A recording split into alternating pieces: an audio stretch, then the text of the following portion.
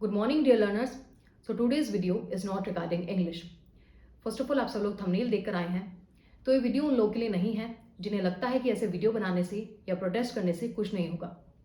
India हमेशा से एक ऐसी कंट्री रही है जहाँ प्रोटेस्ट का बहुत पावरफुल इम्पैक्ट देखने को मिलता है। या मोस्ट ऑफ द पीपल एक लहर के साथ चलते हैं, इलेक्शन से लेकर इंस्टाग्राम रील तक। जितना प्रोटेस्ट होता है उतनी सीरियस सिचुएशन क्रिएट होती है जो गवर्नमेंट को प्रेशराइज करती है जस्टिस के लिए। हमारी यही प्रॉब्लम है, हमें लगता है जो दूसरों के साथ हुआ है वो हमारे साथ नहीं हो सकता, लेकिन हमें ये समझना चाहिए हादसे की डेफिनेशन ही यही है कि कभी भी किसी के साथ भी हो सकता है। पिछले कुछ दिनों से देश में जो चल रहा है वो हम सबको पता है। जो कुछ चल रहा है उसे देखकर अब तो ऐसा लगता है जैसे इंसानियत जैसा सिर्फ एक शब्द बचा है, विदाउट एनी मीनिंग। जो लेडी डॉक्टर के साथ हुआ है वो इतना भयानक है कि एज ए गर्ल जब ऐसी न्यूज़ सुनते हैं तो सुना नहीं जाता। मतलब जिन चीज़ों की कल्पना तक नहीं कर सकते वो रियल हो रही हैं। ऐसा सुलूक किसी जानवर के साथ भी नहीं कर सकते, वो इंसान के साथ हुआ है, और वो भी doctor.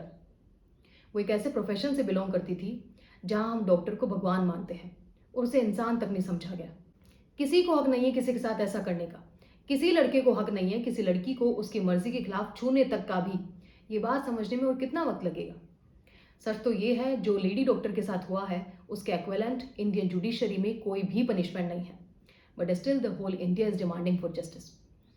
And on the behalf of all the women of India, it's a humble request to Honorable Chief Justice of India, the Government of India. Please have some mercy on us. कौन जानता है अगर हमारा कल safe था, अगर हमारा आज सेफ है तो हमारा कल भी सेफ होगा। Nobody knows. 2012 में निर्भया रेप केस हुआ, पूरा इंडिया ऐसे ही सड़कों पर उतरा। कितना समय लगा जस्टिस में, और आज सेम इंसिडेंट रिपीट हो गया। और इतने सालों में न जाने कितने हुए हैं जिनके लिए प्रोटेस्ट नहीं हुआ तो हमें पता भी नहीं चला। हम कैसे बात करते हैं विमेन एम्पावरमेंट की जब 78 ईयर्स ऑफ इंडिपेंडेंस के बाद भी विमेन अपने ही वर्क प्लेस पर सेफ नहीं है। How can we see that? Rape के केसेस कम नहीं हुए हैं, सिर्फ न्यूज़ कम आती है। रेप के केसेस को कम करने के लिए अगर नया लॉ इंट्रोड्यूस किया जाए तो उसमें क्या गलत है? अमेंडमेंट ज़रूरी है, समय के साथ बदलाव ज़रूरी है, और एट दी एंड हम सबको सोसाइटी में सुधार चाहिए। रेपिस्ट के लिए अगर कानून सख्त से सख्त होगा तभी कुछ होगा। ये फर्स्ट स्टेप है जो हम सब कर रहे हैं, demanding of justice. And we really want justice for Abhaya, the daughter of India.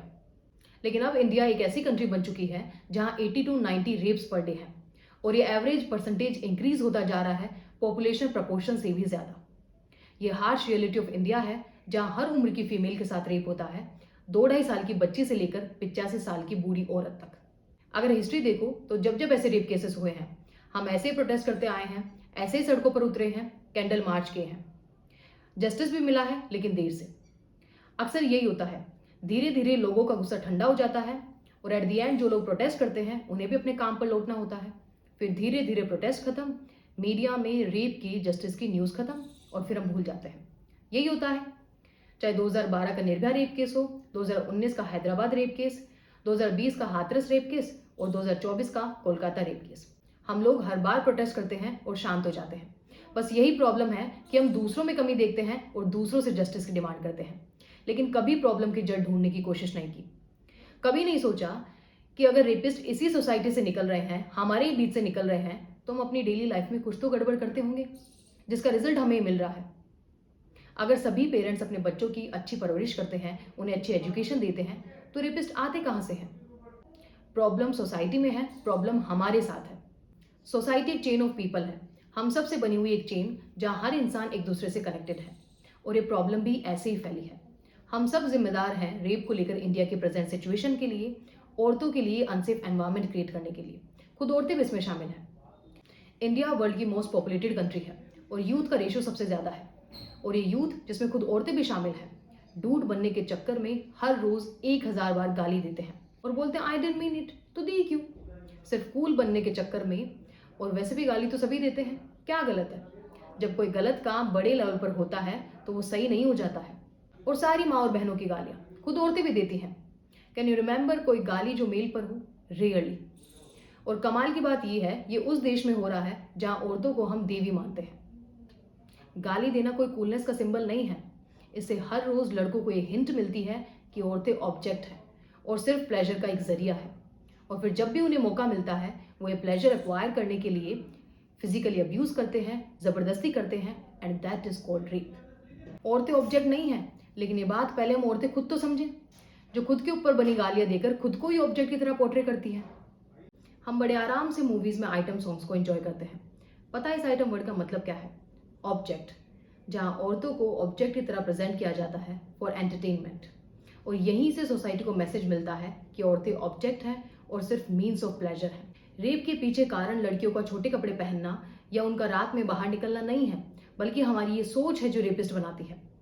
हम बड़ी शान से हनी सिंह और बादशाह के रैप सुनते हैं जिनमें भरपूर गाली होती है, और हमें लगता है गाली तो सभी देते हैं। मूवीज में भी देते हैं, बिग बॉस में भी देते हैं, स्टैंड अप कॉमेडियंस देते हैं, क्रिकेटर्स पिच में देते हैं, पूरा इंडिया सुनता है। इन लोगों को ये रियलाइज ही नहीं है कि लोग इन्हें आइडियल मानते हैं और इनसे सोसाइटी को गलत मैसेज जा रहा है। ये ऐसा इसलिए करते हैं क्योंकि हम इन्हें ऐसे ही पसंद करते हैं। इन्हें आइडियल मानो इनके काम के लिए, भगवान मत बनाओ।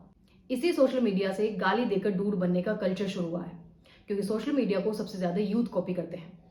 हमारी यही छोटी छोटी गलतियां सोसाइटी के लिए स्लो पॉइजन है, जिसका हार्मफुल इम्पैक्ट हम आज देख रहे हैं। कॉन्स्टिट्यूशन ने फीमेल्स को भी उतना ही फ्रीडम दिया है जितना मेल्स को। किसी को हक नहीं है उनके साथ जबरदस्ती करने का।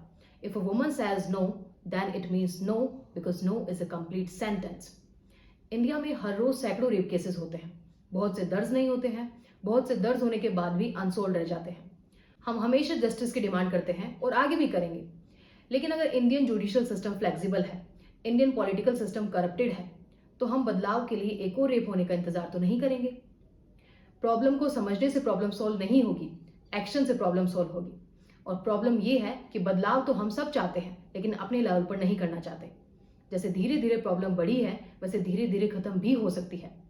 माना कि मुश्किल है, लेकिन नामुमकिन तो नहीं।